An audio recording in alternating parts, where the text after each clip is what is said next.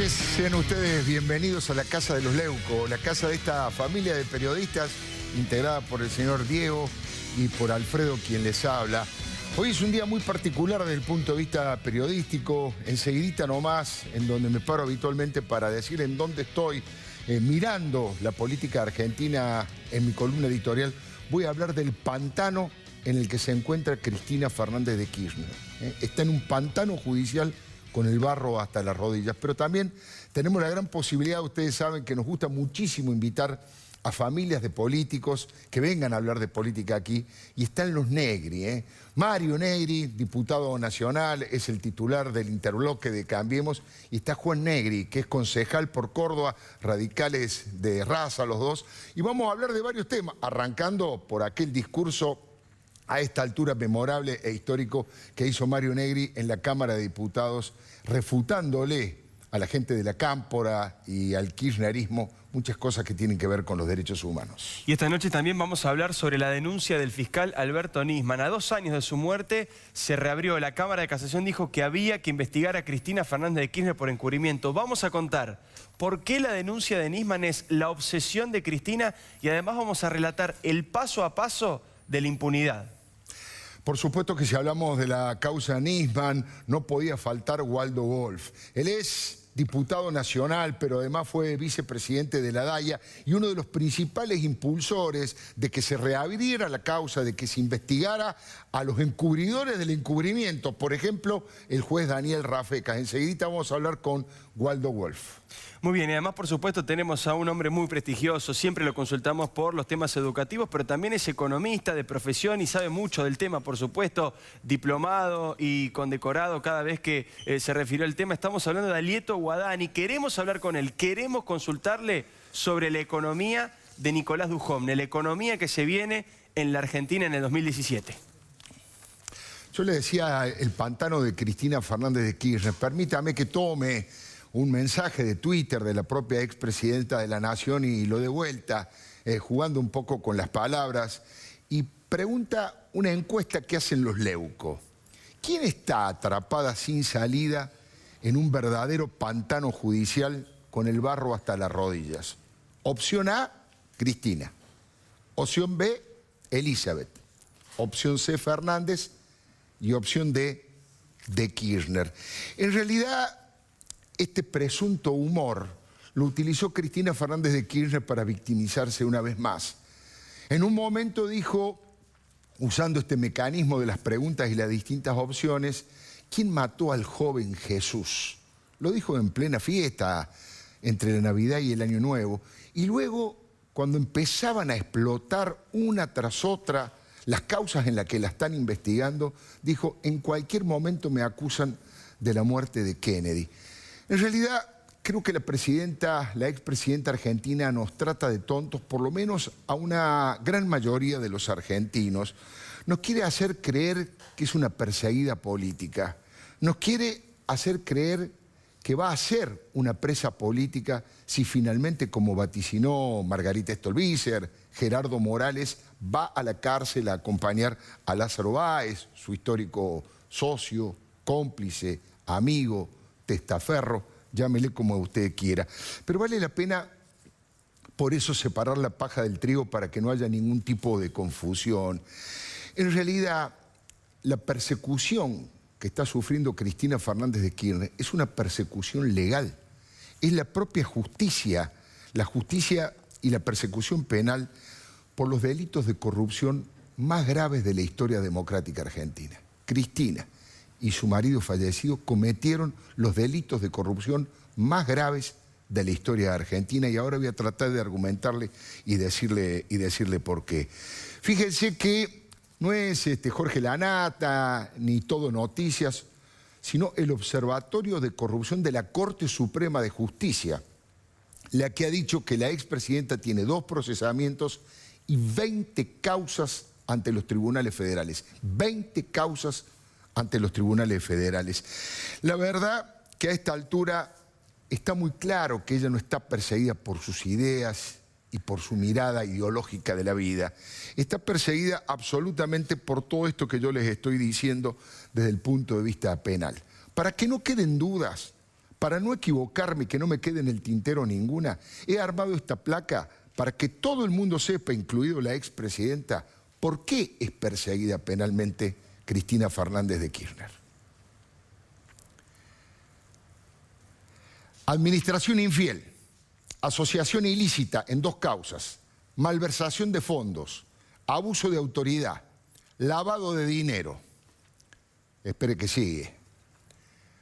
Enriquecimiento ilícito, falsificación de documento público, cohecho, es decir, coima en el lenguaje cotidiano, lavado de dinero y traición a la patria. Y traición a la patria en un tema tan grave como el que vamos a tratar ahora, respecto a que está acusada junto con Héctor Timerman, que para gran parte de la colectividad judía de la Argentina es un traidor a su pueblo, por haber encubierto a los terroristas de Estado que hicieron volar el edificio de la AMIA por los aires, con el consiguiente asesinato masivo de 85 personas. Esa es la acusación que Cristina Fernández de Kirchner va a tener que llevar adelante a partir de ahora. En un ratito, Diego va a hacer un informe respecto de todos los mecanismos legales e ilegales que adoptó el kirchnerismo y que intentó para frenar esto, porque sin lugar a dudas es la causa que más preocupa y que más inquieta a Cristina Fernández de Kirchner. Ahora, en las últimas imágenes del naufragio kirchnerista, uno puede ver básicamente lo que hoy publica Hugo Alconada Mon en La Nación. La verdad que suena tragicómico. En los libros de actas de Otesur, está probado por peritos que se falsificaron las actas y hasta se falsificó la firma de Néstor Carlos Kirchner. Es increíble el nivel de impunidad con el que se manejaron. Dibujaron la contabilidad de 7 años en 2 días. Usaron la misma virome. Hay un peritaje a propósito de la tinta y de lo que se utilizó para escribir. 7 años en 2 días. Natalia Mercado, la sobrina de Cristina, la presidenta de Otesur, le pide 48 horas a la justicia para entregarle los libros. Y cuando se los entrega, los libros están completos, pero han sido completados por la misma persona durante 7 años y con la misma lapicera y la misma virome. Discúlpeme la publicidad, pero hasta liquid paper usaron para tachar, para enmendar, como si se sintieran dueños de una impunidad realmente increíble. La verdad, cuando uno se entera que son capaces de falsificar hasta la firma de Néstor Kirchner y de las actas, se da cuenta que no tienen moral, no tienen estómago, ni siquiera tienen vergüenza. Todo tiene el sello de la codicia sin límites. Todo tiene el sello de la bulimia, del poder permanente y del dinero sucio. Prácticamente, le digo la verdad, cuesta encontrar actividades de gobierno, tareas de gobierno en estos últimos 5 años por lo menos, en donde no haya un hecho de corrupción, aunque sea pequeño. Prácticamente en todos los ministerios uno puede encontrar ese tipo de situaciones. Ahora, además de victimizarse, además de decir me atacan porque soy poco menos que Evita, me atacan porque soy la redentora del pueblo, además de victimizarse, apela a 2 mecanismos. Primero, la utilización de la doctora Alejandra Gils Carbó como una suerte de jefa de operaciones entre los que integran Justicia Legítima para, por un lado, garantizar la impunidad y cerrar todo tipo de causas a los funcionarios kirchneristas. Y por otro lado, inventar, fogonear, industrializar denuncias falsas para perjudicar a aquellos sectores independientes, periodistas, dirigentes políticos que no son kirchneristas o que no piensan como ellos, para tratar de perseguirlo. Por eso el Colegio de Abogados de la Ciudad ha reclamado la destitución y el juicio político de la doctora Alejandra Gils Carbó. Pero el otro mecanismo que usa es instruir a la militancia que allí donde haya un conflicto, fogonear el conflicto hasta el máximo de la violencia y hasta el máximo del autoritarismo posible. No importa cómo sea, si es un pequeño corte de calle, si es un corte grande de calle, si hay que tomar el Ministerio de Ciencia y Tecnología o el Ministerio de Educación, y han llegado a la barbaridad y a la locura que no existía desde 1983, porque nunca se habían hecho 2 ataques con una acción directa, a pedradas, al presidente de la Nación, Mauricio Macri. Fíjese que el primero de ellos, que se hizo en Mar del Plata, todavía está impune. No se sabe qué pasó bien en Mar del Plata, qué es lo que ocurrió allí cuando la gobernadora María Eugenia Vidal y el presidente tuvieron que huir del lugar por las pedradas que le tiraba un grupo especial que estaba formado en ese lugar desde hacía 2 días, estaban en casas aledañas al lugar y que tienen vinculaciones también con el kirchnerismo. Justicia legítima en Mar del Plata tiene mucha fuerza, no solamente entre los fiscales, sino también entre los jueces, y hasta hoy no hay ningún tipo de castigo ni averiguación. No se sabe qué pasó. Y ojo con lo de Villa Traful, ¿eh? Ojo con lo de Villa Traful, porque los dirigentes sindicales kirchneristas de ATE, los que responden a la ATE kirchnerista, que se han sacado infinidad de fotos con Cristina, dicen, sí, nosotros fuimos a la protesta, nosotros hicimos un escrache y lo vamos a seguir al presidente a donde vaya para escracharlo, pero nosotros no tiramos la piedra. Parece que el medio ladrillo que hizo estallar la ventanilla de la camioneta donde iba el presidente de la Nación poniéndolo en peligro, no existió. No lo tiró nadie al ladrillo. Lo habrá tirado Clarín, no sé, lo habrá tirado Jorge Lanata. Parece que es un invento del diario Clarín y que el vidrio estalló solo porque hasta ahora no hay investigaciones en serio con ese tema. Pero yo decía, además de esa victimización, les repito 3 o 4 cosas que me llegan a argumentar por qué hablo del pantano judicial en el que está Cristina. Fíjese lo que ha pasado con Milagro Sala, que ya tiene 3 años de prisión en suspenso. Fíjese lo que ha dicho hoy el gobernador Gerardo Morales. Se robó todo, muchachos. Se robó todo, Milagro Sala. Y además ha dicho que la propia expresidenta también tiene que ir preso. Y hay un testimonio que se va a presentar mañana que es Elsa Condori. Son 3 hermanos que han sido maltratados, explotados y obligados a corromperse por Milagro Sala, que mañana va a dar testimonio porque está presa y se presenta como una suerte de arrepentida. Por eso yo le decía la semana pasada que son infelices fiestas para Cristina Fernández de Kirchner. Lo de la justicia ya no es una investigación periodística ni un trascendido. La justicia ha determinado un enriquecimiento faraónico de Lázaro Báez.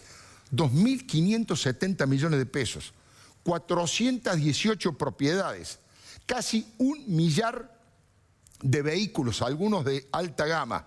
Mire, el condominio que Lázaro Báez tiene con Cristina cuesta 17 millones. Una de las casas más lindas, estéticamente mejor lograda, de 2 pisos que tienen en Río Gallego, 2 pisos pero tiene ascensor en los 2 pisos de Lázaro Báez. ¿Sabe dónde queda? En la avenida Néstor Kirchner. Bingo. Realmente es increíble cuando uno lee este tipo de situaciones, lo que hablábamos recién del caso Nisman, por supuesto.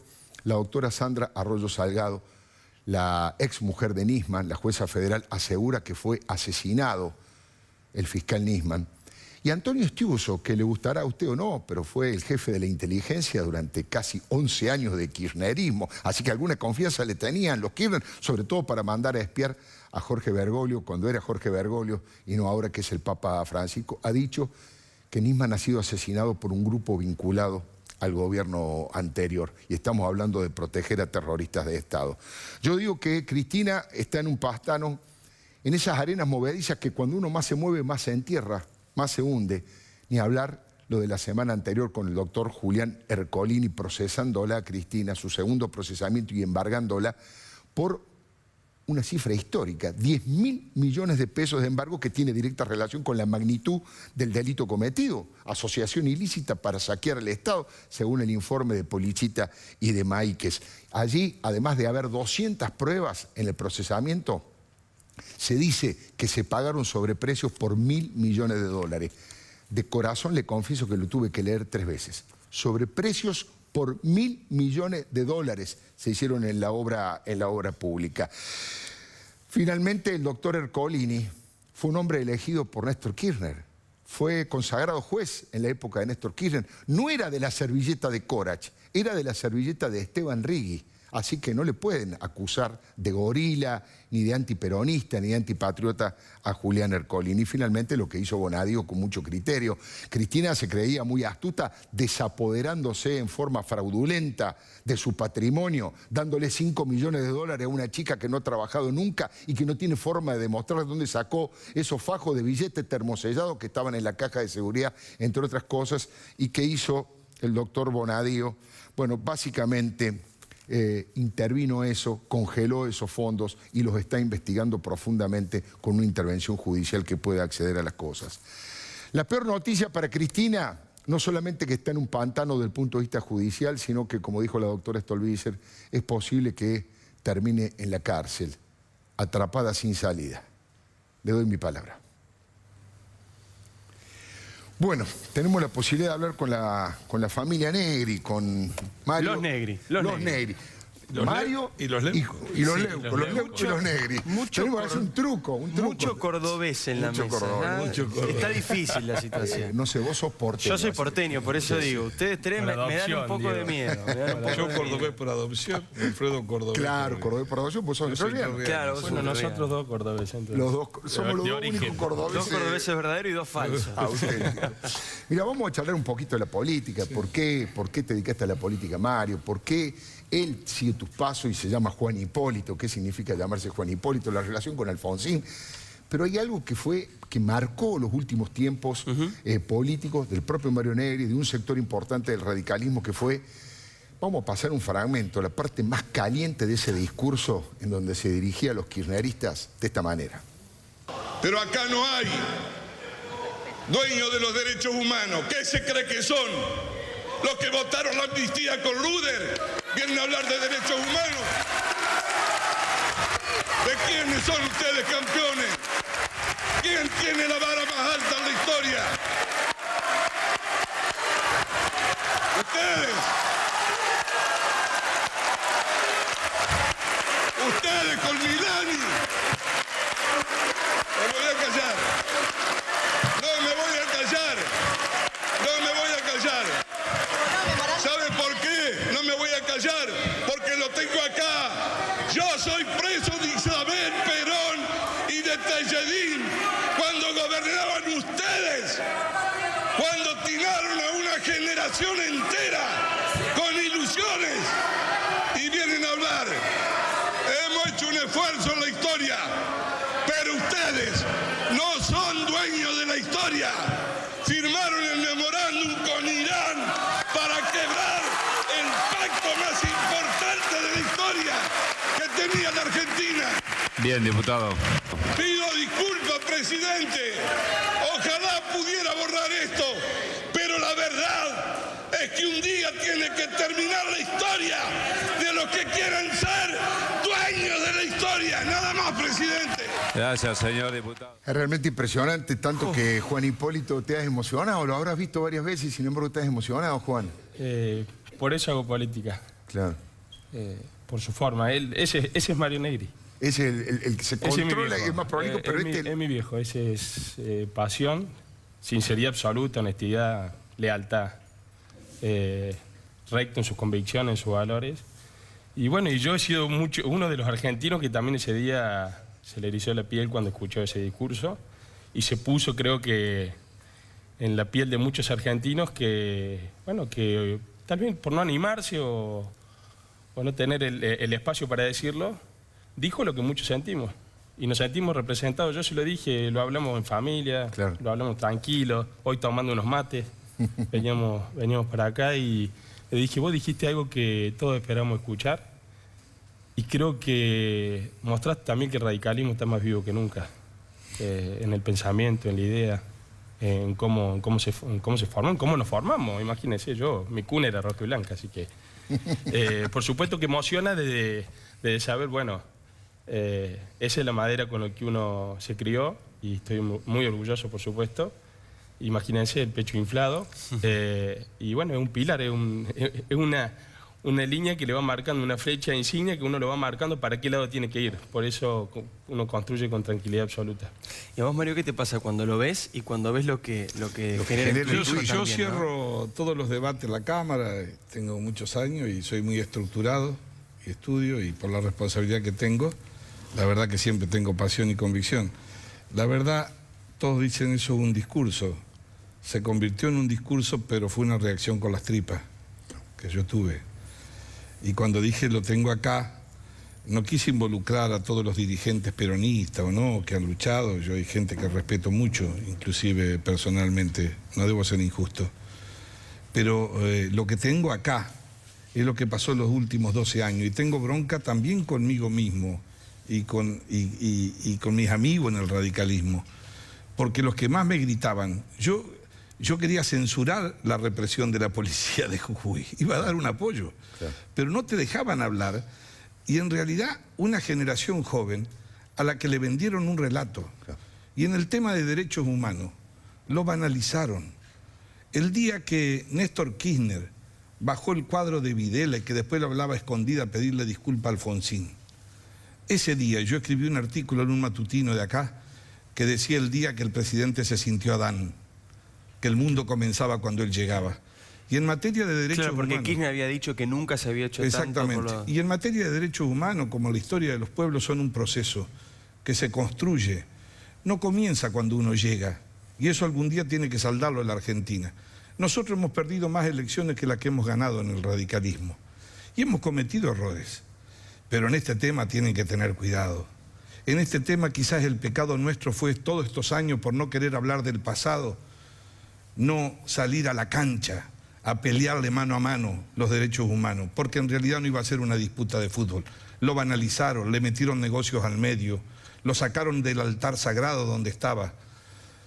Y algunos que todavía viven y que llevaron a esa generación mía y casi tuya, Alfredo, a la ilusión de la muerte, hoy son grandes empresarios y las abuelas siguen buscando a los nietos. Entonces, un chico de la Cámpora, que es diputado, después habló conmigo y yo le dije, tal vez vos no recordás Luder, pero ¿sabés quién era Milani? Es contemporáneo tuyo, Milani. Fue contemporáneo tuyo la desaparición de López. Entonces hay que tener mucho cuidado cuando se habla de esto. Una vez alguien me dijo, ¿y Alfonsín habrá sido el presidente en el momento justo de la Argentina? Nunca sabe uno. De lo que sí estoy seguro, que si Alfonsín no era presidente había amnistía en la Argentina. Eso es lo que pienso. Y no sé si había democracia después. Y no es un acto de petulancia. Es un acto de reconocimiento histórico. Seguro. Y donde hubo gente del peronismo como Cafiero, que después se sumaron. Ahora, por favor, tienen que sacarle el odio a una generación de jóvenes que pueden ser presidentes el día de mañana, pero que creen que la historia comenzó con los Kirchner. Por favor, estaban en el estudio, haciendo juicio, haciendo plata. Y nosotros, ya antes del golpe, estábamos presos. Lo que pasa que yo nunca, Alfredo, nunca di un reportaje para hablar de cuando estuve preso. Nunca fui a dar una conferencia de cuando estuve preso. Nunca vendí un comentario sobre los dolores que sentí con mi generación cuando estuve preso. Porque creo que eso no se compra ni se vende. Eso se siente. Y pienso que el radicalismo, de ahora en adelante, no porque tenga que vivir del pasado, no tiene que abandonar la cancha en nombre de la República cuando se hable de derechos humanos, porque la Argentina salió por ruptura, con dolor. No fue como los hermanos chilenos que tuvieron que tenerlo para que haya democracia Pinochet de senador. Claro. Recién hablaba Mario del doctor Alfonsín y quiero que compartamos juntos esta foto y, bueno, lo que significa para vos. ¿En dónde fue esa foto, Mario, con el doctor Alfonsín? Altagracia, dice ahí, en Altagracia. Sí, en Altagracia. Yo fui vicegobernador a los 33 años. 33 años vicegobernador. Sí, por un acuerdo interno. Nosotros éramos el grupo de Alfonsín. Sí. ¿Te puedo decir unas malas palabras? Sí. Para mi generación nosotros éramos los boludos. Sí. Porque no íbamos a la violencia. Claro. Porque creíamos que había otro camino. Sin embargo, convivimos con muchas juventudes políticas y creímos, Alfonsín, nosotros le debemos a Alfonsín que salvó a más de una generación, que cometieron errores en el gobierno porque era muy joven, pero el precio fue que no fueron a otro lugar. Entonces, para nosotros significa mucho. No es que con Alfonsín vamos a ganar elecciones, no, pasó. La historia es la que permite ver las cosas en su justa dimensión, pero nos marcó, definitivamente, pero creo que fue el signo. Asociar la palabra de Alfonsín con la democracia es bastante fácil, pero ahora además se la puede asociar con la decencia, que es muy difícil. ¿Y a vos, Juan? ¿Y a vos, Juan, qué te pasa con tu generación? ¿Vos tenés 31 años? Yo creo que... yo 37 recién, los cumplí ahora en noviembre. 37. Yo soy concejal actualmente, como hablamos fuera de cámara. Lo escucho hablar a Mario y creo que Alfonsín estaría tan ayornado para gobernar en estos tiempos por una palabra clave. Era una persona decente. Se hace falta tanta decencia. Y en mi generación yo, peleo mucho para que se incorporen a lo público dando un servicio, no tomar lo público, digo, como propio. Como propio, no servirse de lo público. Y por supuesto que la figura de Alfonsín a mí me marcó mucho. Yo de chico, acompañado por mis viejos, por mi vieja, la queca, como le decimos nosotros, Baluarte, mi familia, acompañadora, nos llevaba al aeropuerto a esperarlo. Y bueno, como te dije inicialmente, fue siempre nuestra nave insignia que nos marcaba. Y de compañero de hijo, lo acompañé mucho mi viejo de hijo. Claro. Y como cuento en muchas reuniones, a él le cuesta un poco más. Yo estoy más liberado, se ve que por mi generación se libera a decir...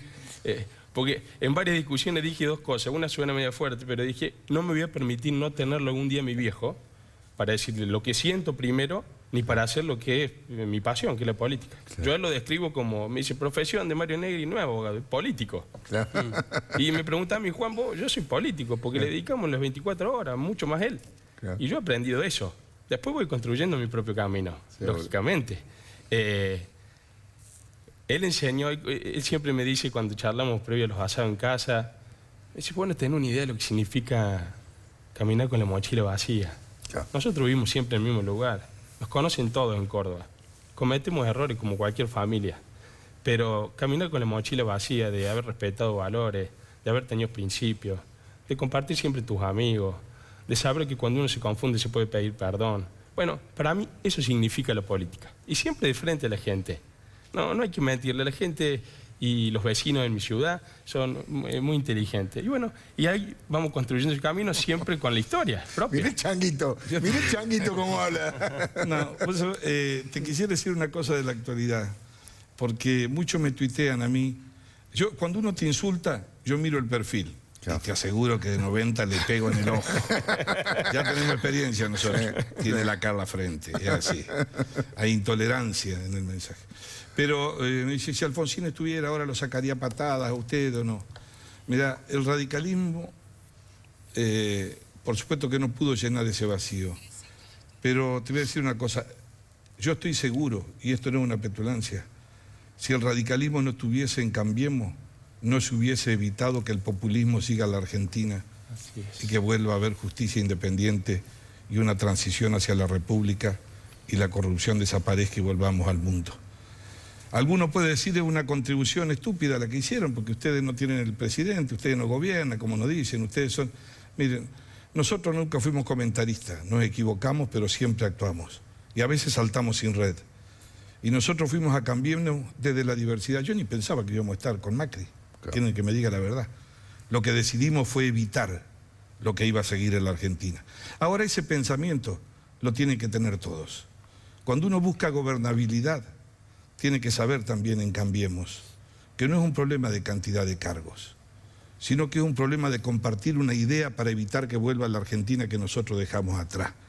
Y eso significa hablar de política, discutir de política, mirar el mundo, hacia dónde vamos, qué va a pasar con Trump, qué va a pasar con China, en qué situación nos vamos a encontrar regionalmente, qué es lo que va a pasar con la política en Argentina, qué pasa con el 30% de pobres, qué hacemos con los que están en la marginalidad, con los informales, cómo tenemos una política de crecimiento. Vos tenés un invitado que yo ayer me quedé escuchándolo en tu programa para hablar.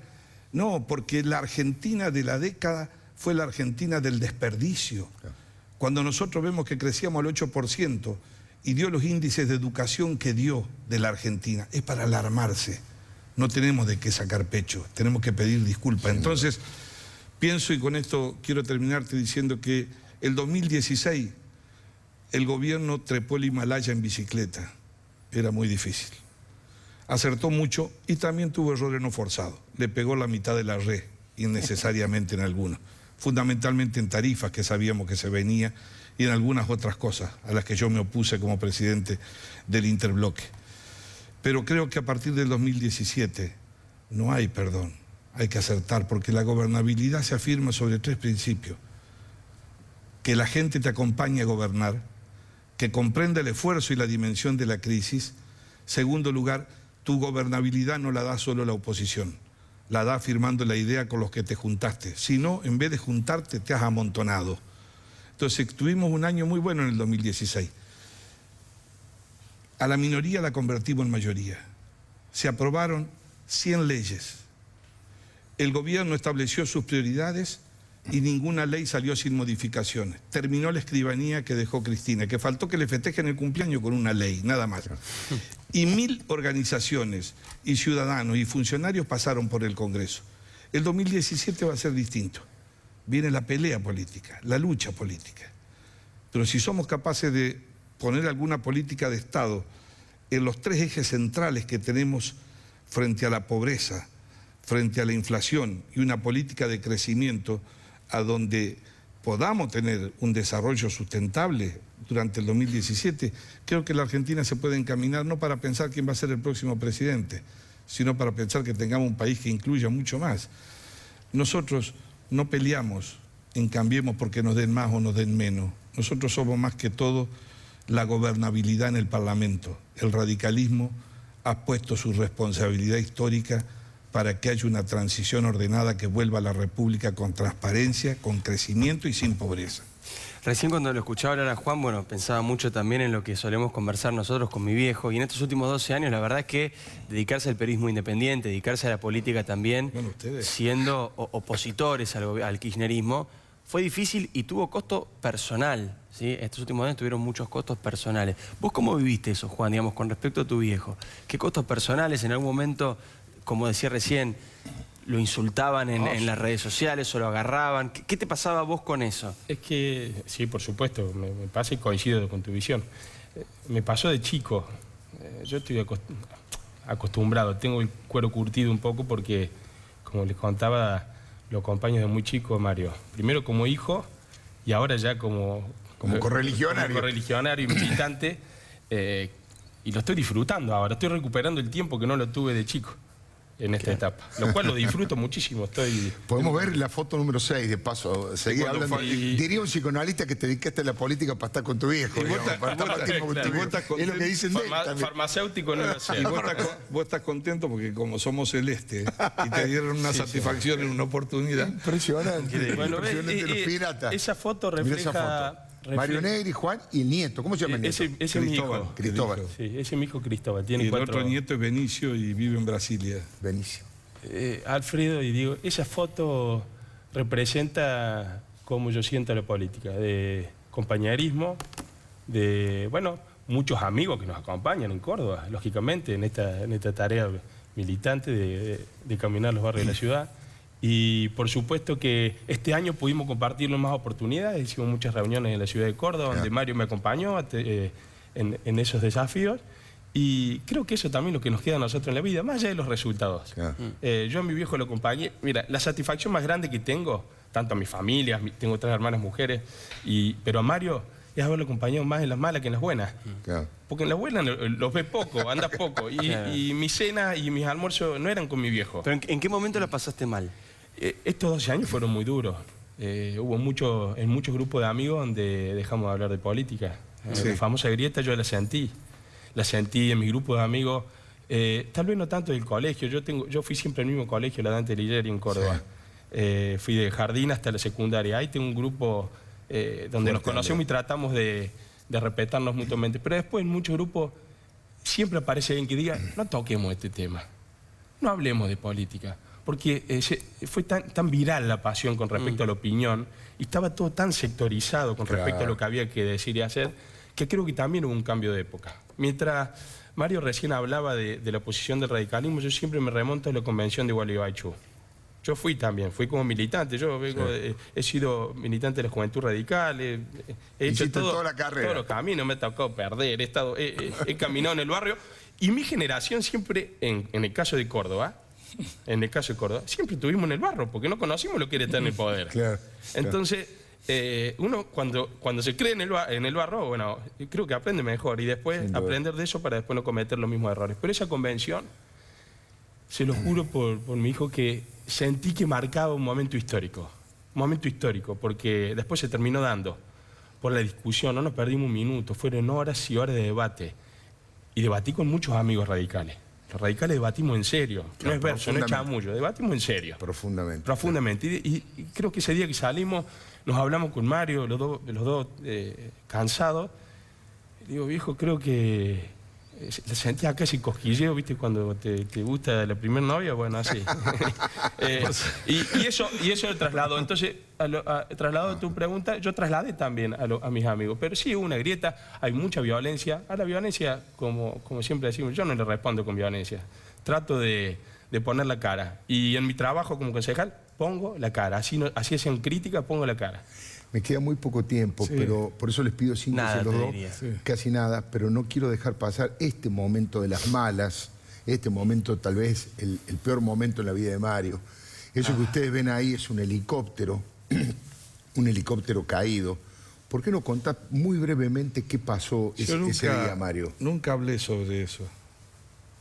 Te digo la verdad, porque eso marcó un punto de inflexión en mi vida. Yo tenía 33 años. 33 años, era Sí. vicegobernador cuando pasó. Estaba a cargo del gobierno y había ido a la fiesta nacional del maní que se hace en Hernando, a 200 kilómetros.